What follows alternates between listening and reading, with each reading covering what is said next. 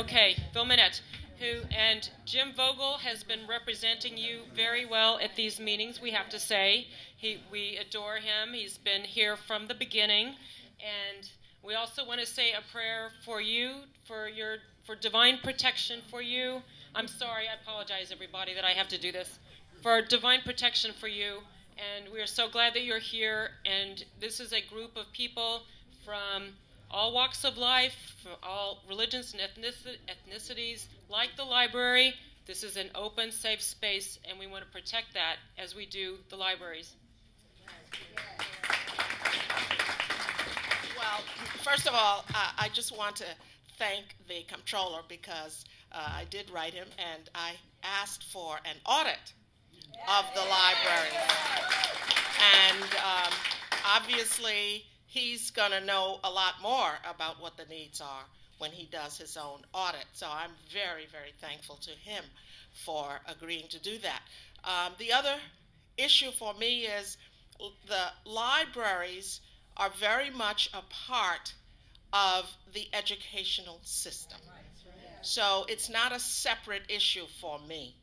And the fact that we now are in this mode where we, at least for one of my libraries, Pacific Street, and I thank you for your support of that, to talk about selling a community space because we want to truck families and citizens across one of the most dangerous intersections in our city to somewhere where it may or may not even be hospitable, as we know a community library to be, and we're going to spend the money on the sale of the community property to build out in a developer's building. So I have great concerns about that, and I certainly am thankful to you for being so active, so proactive, and we look forward to this war that we need to wage as it relates to saving our libraries in this borough and in the city. And let me just say that what I offered when I met with the head of the Brooklyn Public Library was that, you know, they have not really utilized what traditionally has been an avalanche of support coming to Albany to request funding, to let us know what the needs are. At least I have not had anyone talk to me about that. So for me to find out that the needs are so great that they're selling one of my branches because they don't have the money, so they say, was absolutely appalling for me to find out when they're going around talking to the public about it, and I have not had the opportunity for them to express to me what the needs are and what the plans are.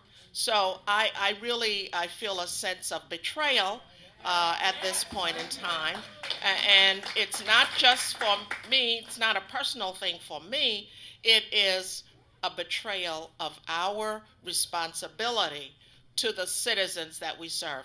I don't know who's coming to those new buildings that are coming up.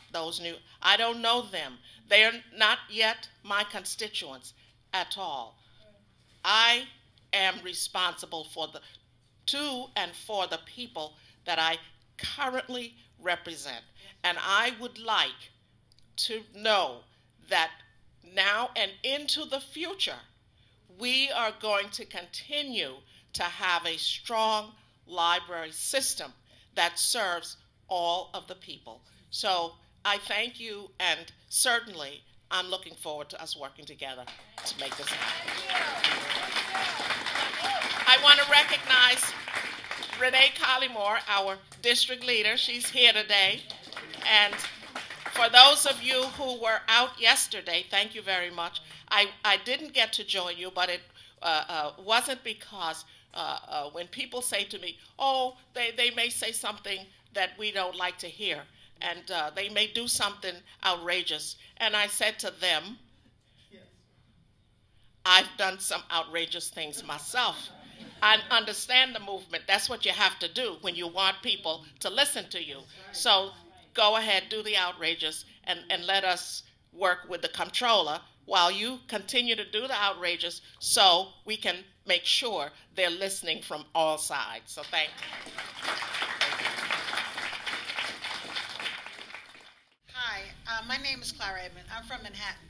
Okay, I know that we're fighting for the Brooklyn libraries, but I have a home library that I've gone to. I'm 64. I've been in that library for 60 years, and they just closed it for renovations. This is the second time, and I'm afraid because there are other libraries at 79th Street, which is in, I'm not going to take the bus. The other one is 110th Street, which I do not like that library. So I'm wondering, if we save Brooklyn, then it will just roll downhill, we could save Manhattan. Is that the purpose? What library did you say? Oh, it's the 96th Street Library. Yeah, 96 between Lexington and Park is closed. Yeah, Manhattan is closed for renovation for the second time. While our request to the comptroller was that the Brooklyn Public Library receive an audit, my assumption is, because he is the controller of the entire system, or all of the systems, and so he may, in fact, be looking at all of the systems. I think, too, as you know, we're moving into, happily, a new administration. And we want to make sure, yes, I know, I praise every day that we're moving, just not fast enough. So what my assumption is that all of us are going to be listening very carefully to people when they say, not in generalities, I love the libraries, but that I intend to save the libraries. That's what I'm looking to hear. So I think that's one of the measures for us who care about this issues and others, that we look to people who are looking to run for mayor, who are running for mayor, to give us some specifics on exactly what their position is on those issues that we care a lot about, and this happens to be one of them. Here from Lucy. I just wanted to emphasize what the controller was saying about priorities, and I don't think we should assume that there's not money for the libraries, that there's not enough money. As he said, it's really a pittance of $35 billion in terms of the grand scheme of things. And so it's not really a question, or maybe you have some thoughts on it, but how do we reset our priorities? And we know there was $200+ million in direct subsidies for abandoned yards, but a few more million for the library can't be found. How do we put pressure on the next mayor, on all the candidates, and then the mayor to reprioritize where money is spent? You know where I stand on that, but let me add a little bit of my own philosophical leanings in this whole issue. The culture, or the cultural environment in our city is part of who we are, and it's part of the greatness of New York City, and it's why people come. So the arts, I think, are extremely important. Obviously, the cultural centers, the cultural institutions are extremely important. They're part of the economy of New York City.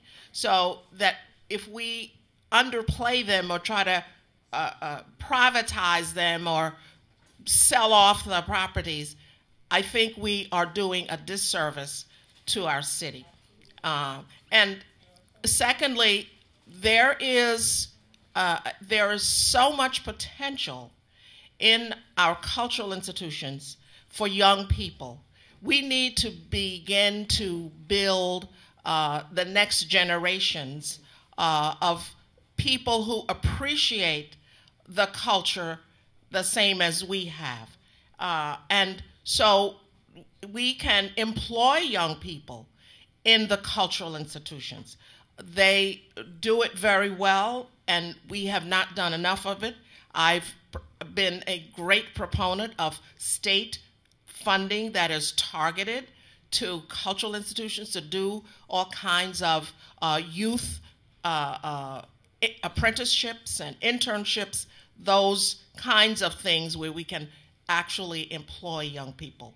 The other important issue is they need to be even more connected than they are, and of course they already are, but they can be even more so to the central educational system. Hands-on is how young people learn. It's how old people learn too, really.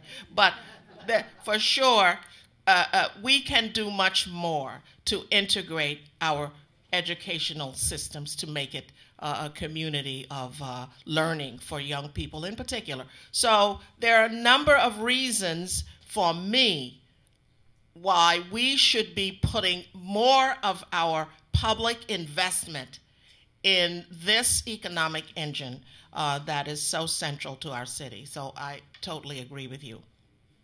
And besides, I read an article in the Times a few weeks ago where many of these wonderful luxury towers are actually owned by people who don't even live there. So these are investments of money from people in foreign places.